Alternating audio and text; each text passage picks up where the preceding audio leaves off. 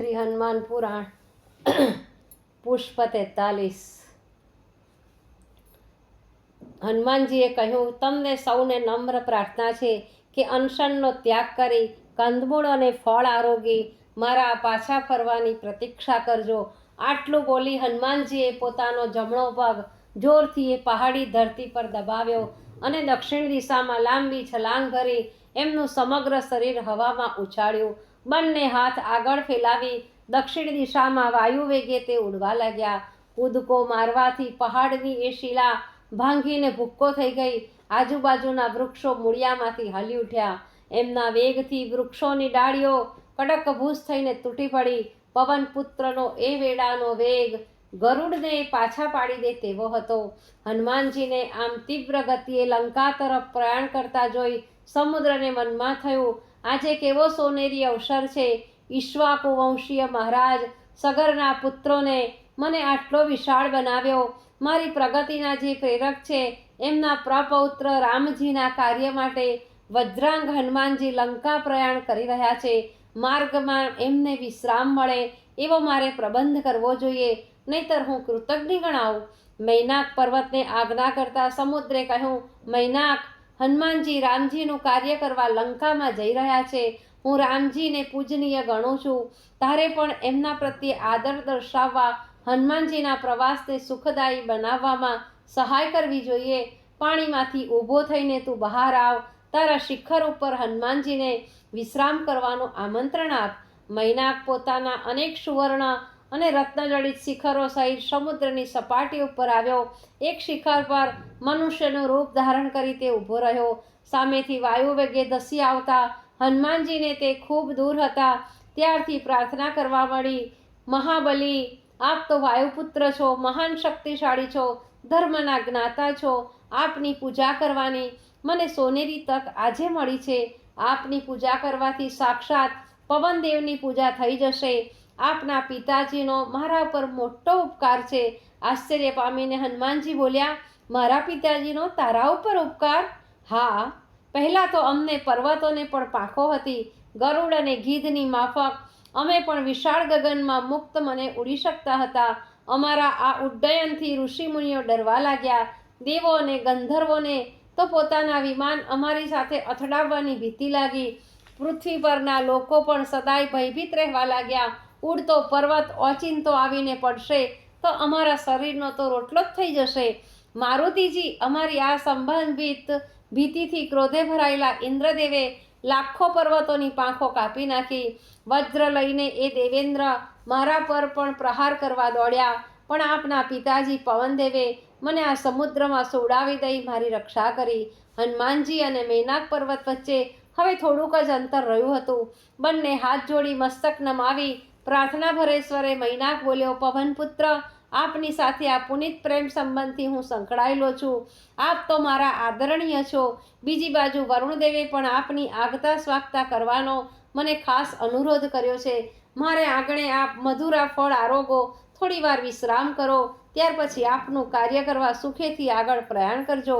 મૈનાકની મીઠી પ્રેમભરી વાણી સાંભળી હનુમાનજી બોલ્યા, મૈનાક, તમને મળીને મારું મન ખૂબ જ પ્રસન્નતા પામ્યું છે।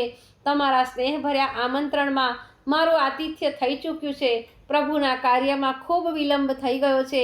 અત્યારે જે પળ વીતી રહી છે એ એક એક યુગ જેવડી લાગી રહી છે।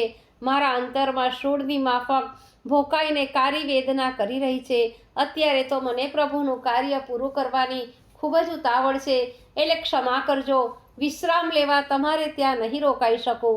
આમ કહીને હનુમાનજીએ મૈનાકને પુનિત સ્પર્શથી પાવન કર્યો અને ઝડપી વેગે આગળ વધ્યા। પવનપુત્રના પુનિત સ્પર્શથી મૈનાકનું તો રોમે રોમ પુલકિત થઈ ઉઠ્યું। મૈનાક અને વરુણદેવે અંતરના આશીર્વાદથી હનુમાનજીને નવાજી દીધા। પવનપુત્રને આમ વાયુ વેગે લંકા તરફ ઉડતા જોઈ સ્વર્ગના દેવોને તો અત્યંત આનંદ થવા લાગ્યો, પણ કેટલાક દેવોને થયું કે લંકાપતિ રાવણ તો અષ્ટાવધાની છે, બળમાં અને બુદ્ધિમાં ભલભલાને ભૂ પાઈ દે તેવો છે। બજરંગબલીના બળની તો ખાતરી થઈ ગઈ, હવે એમની બુદ્ધિની પરીક્ષા કરવી જોઈએ। બુદ્ધિમાં ઉણા ઉતરશે તો લંકામાં એમનો ગજ વાગી રહ્યો। દેવોએ હનુમાનજીની પરીક્ષા કરવા નાગમાતા સુરસાને મોકલી દેવોની આજ્ઞા અનુસાર સુરસાએ ખૂબ જ બેડોળ અને વિકરાળ રૂપ ધારણ કર્યું. આંખોના ડોળા પીળા રંગના હતા, મોઢામાં દાંતો તીક્ષ્ણ હતા, દાઢો દંતશૂળ જેવી ભયંકર હતી. ભલભલા જવામર્દો પણ જોતા જ છળી મરે તેવું ભીષણ રૂપ હતું. સુરસાર તો હનુમાનજીના માર્ગમાં જ વિશાળ વિકરાળ જડબું ફાડીને ઊભી રહી. એના જડબાનો નીચેનો ભાગ પાણીને અડેલો હતો, ઉપરનો ભાગ આકાશને સ્પર્શતો હતો. હનુમાનજીને પોતાની સમીપ આવતા જોઈ સુરસા બોલી, હનુમાન, મને ખૂબ ભૂખ લાગી છે. ભૂખના દુઃખથી હું ખૂબ જ આકુળ થઈ રહી છું. દેવોએ મને કહ્યું કે તારો ભક્ષ સામે પગલે આકાશ માર્ગે દોડતો આવી રહ્યો છે. દેવોએ તને મારા આહાર તરીકે નક્કી કર્યો છે. મારા મુખમાં તું આવી જા. તને ખાઈને મારી ક્ષુધાને હું તૃપ્ત કરું.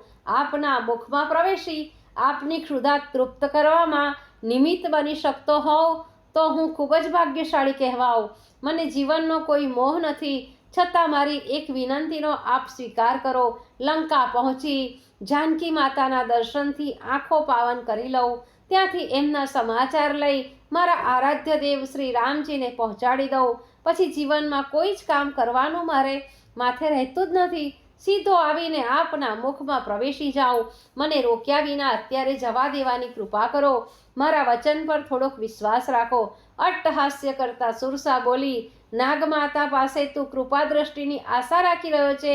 કાન ઉઘાડા રાખીને સાંભળી લે. વિશ્વાસથી કોઈનું પેટ ભરાતું નથી. પેટ તો ભરાય છે આહારથી, અને મારો આહાર અત્યારે તો તું જ છે. ચાલ ઝટ કર, મારાથી હવે ભૂખ્યા રહી શકાતું નથી.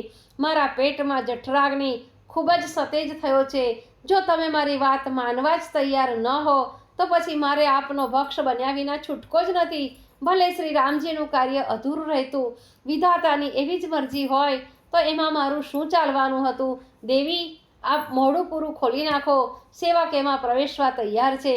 આપની ક્ષુધા સંતોષવા આ દેહ કામમાં આવી જતો હોય તો હું એમાં રાજી જ છું. હનુમાનજીએ આત્મસમર્પણ કરવાની તૈયારી બતાવી એટલે સુરસાના આનંદની અવધિ ન રહી.